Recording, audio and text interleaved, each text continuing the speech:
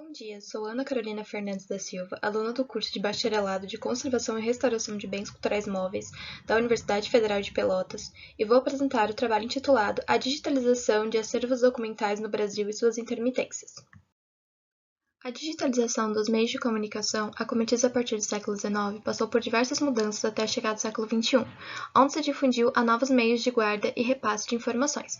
As mudanças acarretadas pela nova organização mundial, a partir das revoluções, visam a fácil manipulação dos dados e a democratização do seu uso, facilitando assim os novos meios de guarda e sua alocação e administração. Assim, o presente artigo visa elucidar os meios de guarda digitais e as perspectivas acerca da digitalização de acervos documentais com enfoque aos acervos documentais no Brasil, em demanda particular e pública, além da utilização de tecnologias intencionais à democratização do acesso a objetos culturais da sociedade contemporânea. A fim de melhorar a salvaguarda dos bens culturais, a metodologia utilizada nos acervos culturais e documentais encontra-se sempre em constante mutação para sua melhor aplicabilidade e eficiência.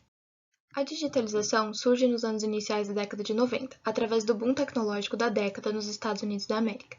Entende-se por digitalização a aplicação de um processo de conversão dos documentos para o formato digital, que apresenta por constituinte dados binários denominados bytes, algoritmos zeros e 1 agrupados em matrizes que são parte do funcionamento dos computadores, realizando assim sua base de dados. São utilizados diversos aparelhos e programas que convertem as informações físicas para as plataformas digitais, a partir da transmutação de seus dados e códigos binários, podendo esse ser manipulado em diversos aparelhos concomitantemente, e assim preservando o original da manipulação desnecessária. A digitalização surge como suporte à conservação e à longevidade das informações. No Brasil, foi introduzida a partir de 2007, ganhando força a partir da concepção de sua utilização para salvaguarda de arquivos e informações relevantes a seu fácil compartilhamento. O papel, em sua maioria, é o material mais utilizado em alocação de informações em acervos e em plataformas digitais, devido à sua base plana, um objeto dimensional, e seu fácil manuseio, o que também é um dos pontos característicos pela fragilidade de seu suporte. Sua utilização ainda se dá devido ao custo-benefício, tornando assim sua presença em uma quantidade abundante nos acervos, tanto em bens culturais como pinturas, gravuras, livros e documentos históricos, como em sua função, a guarda e arquivamento de informações, as fichas catalográficas, tornando-os assim uma prioridade no arquivamento. A partir disso, a facilidade de acesso aos arquivos e possibilidade de mobilidade das informações, além da sua fácil utilização de qualquer local, a partir da conexão com o servidor com disponibilidade de internet, auxiliam o acesso aos documentos em qualquer local que os trabalhadores do acervo estejam, sem a necessidade do seu manuseio.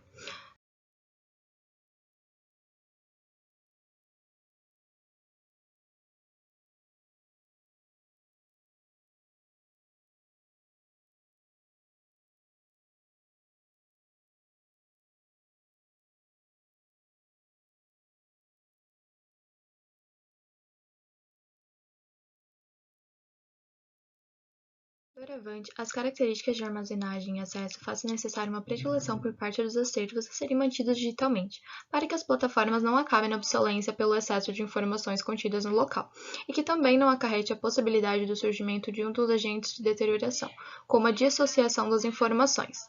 Para tanto, deve-se criar uma comissão para a seleção das informações que serão digitalizadas e alocadas. No Brasil, a Lei em torno de Direitos Autorais de 1998 contribui com a dificuldade de disseminação pública das informações digitalizadas dos acervos, pois criar uma versão alternativa ou semelhante de aparatos artísticos e documentais sem o conhecimento e aprovação prévia do autor ou proprietário é proibido.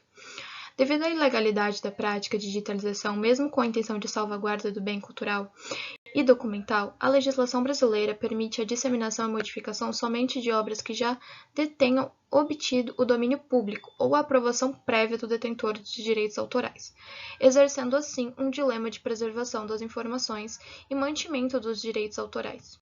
Deste modo, faz com que se torne difícil a proteção das informações e sua distribuição. A partir desse levantamento, vislumbra-se a necessidade de uma revisão legislativa para a utilização, flexibilização e disseminação de informações nas plataformas digitais e de guarda e uso das informações por instituições públicas e privadas. Visto isso, o impasse jurídico em relação aos meios de digitalização entra em conflito com a importância de manter o patrimônio documental, tanto em obras culturais quanto em documentos oficiais. Um dos exemplos de instituição que iniciaram sua digitalização foi o Museu Nacional. Poucas de suas obras se encontram no site oficial mantido pela Universidade Federal do Rio de Janeiro. Ao todo, são 49 livros e um periódico. Um dos aspectos importantes acerca da digitalização de acervos documentais é sua difícil aptidão por parte das instituições. É o custo elevado para a implementação de um bom projeto de digitalização, pois softwares e plataformas digitais que estão disponíveis no mercado precisam ser modificados para atender às necessidades específicas de armazenamento e preservação desses arquivos. Juntamente com o custo, os gastos com logística também se fazem presentes, visto que é necessário conhecer as tecnologias usadas e as especificidades do próprio acervo, além de ter um pessoal. A digitalização tem por objetivo facilitar a procura e a guarda das informações pelos pesquisadores e pelo público em geral. O manuseio incorreto do papel, geralmente o suporte utilizado em documentos oficiais, é um dos meios de degradação mais recorrentes do material. Sendo assim, a digitalização permite que o manuseio incorreto e o desgaste mecânico que este acarreta deixará de afetar o acervo. Devido a isso, diversas instituições têm aderido à proposta de digitalização de seus acervos documentais. As instituições privadas ou público-privadas têm uma maior facilidade em disponibilizar seus acervos culturais, visto que a autorização dos artistas e portadores legais dos direitos de imagem das obras são concedidas aos locais, enquanto a disponibilização dos acervos de instituições públicas é um processo mais demorado. Aqui trazendo mais um exemplo sobre a digitalização, principalmente na condição de livros raros, onde o site do Mosteiro de São Bento da Bahia disponibilizou várias de suas obras raras digitalizadas para o público em geral. Ainda como exemplo, temos o site Domínio Público, onde o governo federal disponibiliza diversas obras que já detenham caráter de domínio público. São diversas obras de caráter literário e documental. A metodologia utilizada teve como objetivo a busca por uma interdisciplinaridade entre as áreas sociais, históricas, jurídicas e de conservação, para compilar de maneira completa todas as características intrínsecas à digitalização no Brasil e as suas intermitências. Dessa forma, a metodologia foi caracterizada pela utilização da pesquisa documental qualitativa, a partir da pesquisa em sites de instituições, artigos e plataformas digitais. Compilou-se os resultados dos textos em uma análise semiótica acerca do tema. Além disso, foi utilizada a pesquisa exploratória, para elucidar alguns campos da digitalização de acervos culturais em sites, revistas e plataformas governamentais.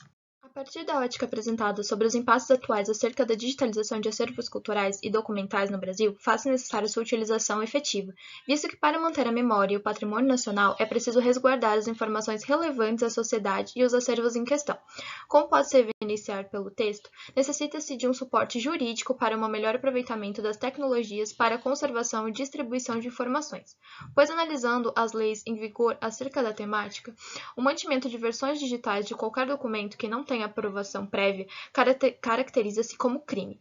Porém, com o devido suporte legal para que se evite a propagação ilegal e irregular de informações, será possível a acessibilidade a importantes documentos que contribuam à compreensão e aprendizagem da sociedade.